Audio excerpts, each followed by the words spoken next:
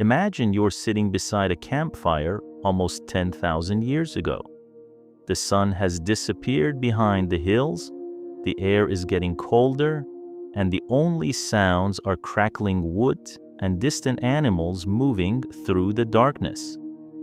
You don't own a house, you don't know what money is, you have never heard of kingdoms, cities, or written language.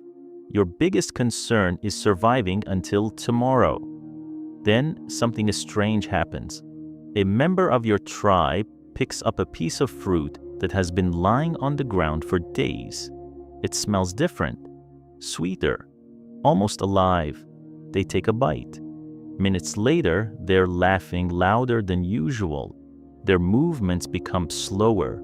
The fear that usually follows every human in the wilderness suddenly feels far away. Without realizing it, they have just discovered one of the oldest mind-altering substances in human history: alcohol. But here's the real question. Who actually invented drinking? Was it a clever prehistoric human experimenting with food? Or did nature invent alcohol millions of years before we even existed? The answer is far more fascinating than most people imagine.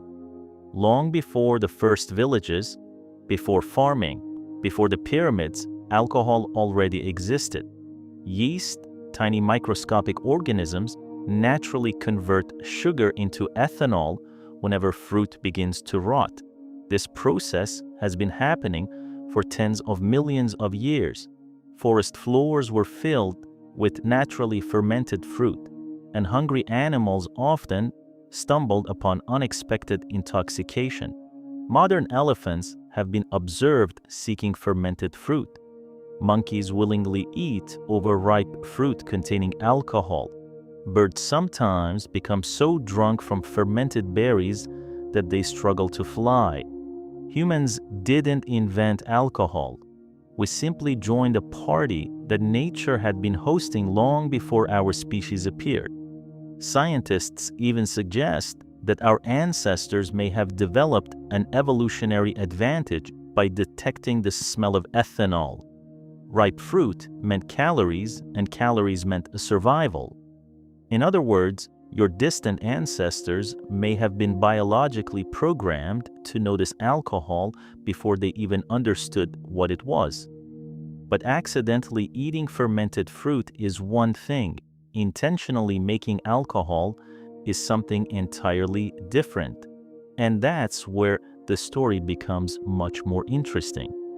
For decades, archaeologists believed that alcohol only appeared after agriculture.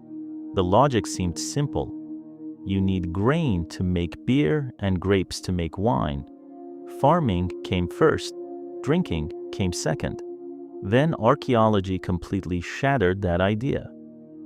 In a cave near modern-day Israel, researchers discovered stone mortars nearly 13,000 years old containing chemical traces that matched ancient beer production. The people who used them belonged to a culture known as the Natufians. They weren't full-time farmers yet. They were hunter-gatherers living at the edge of two worlds. They gathered wild grains, hunted animals, and apparently brewed primitive beer centuries before organized agriculture transformed civilization. Suddenly, a shocking possibility emerged. What if humans didn't invent farming just to make bread? What if part of the reason they began growing grain was because they wanted more beer? It sounds like a joke, but several archaeologists have seriously debated this possibility. Beer wasn't simply a drink, it was nutrition. Early beer contained vitamins, calories, and relatively safe liquid compared to contaminated water in many environments.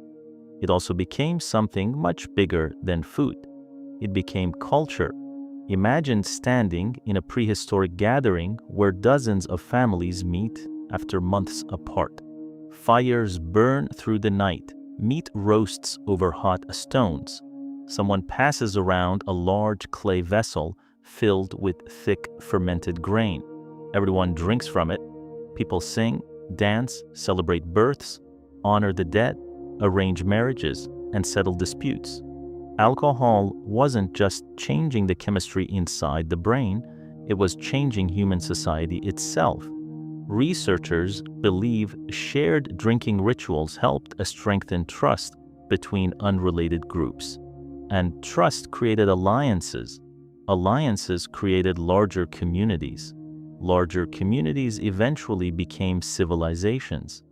In a strange way, a microscopic fungus called yeast quietly helped shape the future of humanity. As human settlements grew larger, alcohol evolved with them. Around 6,000 years ago, people in ancient Mesopotamia were no longer relying on chance fermentation. They had learned how to brew beer intentionally, and they became remarkably good at it. Beer was so important that workers were often paid with it. Children drank weaker versions. Priests offered it to the gods. Some ancient tablets even contained beer recipes, making them among the oldest recorded instructions in human history. In ancient Egypt, beer and bread became the foundation of everyday life. Workers building massive monuments received beer as part of their daily rations because it provided calories, hydration, and energy. Meanwhile, farther east, ancient China developed fermented drinks made from rice, honey, and fruit. Across Europe, people experimented with mead made from honey, while grapes slowly transformed into wine throughout the Mediterranean. None of these civilizations learned from one another at first. They reached the same discovery independently because fermentation is one of nature's simplest miracles. Leave sugar, water, and yeast together long enough, and chemistry does the rest. But alcohol wasn't only about survival anymore, it became power. Kings celebrated victories with enormous feasts. Religious ceremonies used wine to symbolize life, sacrifice, or communication with the divine. Drinking together became a sign of friendship, loyalty, and a status. Refusing a ceremonial drink could even be seen as an insult. Yet every gift from nature comes with a price. Ancient people quickly noticed that too much alcohol could turn wisdom into foolishness, courage into violence, and celebration into tragedy. Some of the earliest written laws warned against excessive drinking. Philosophers debated whether alcohol revealed a person's true character or simply removed self-control. Thousands of years passed, but humanity never stopped asking the same question. Are we mastering alcohol, or is alcohol mastering us? Then history accelerated. Distillation created much stronger drinks. Global trade carried alcohol across continents. Industries turned ancient traditions into massive businesses.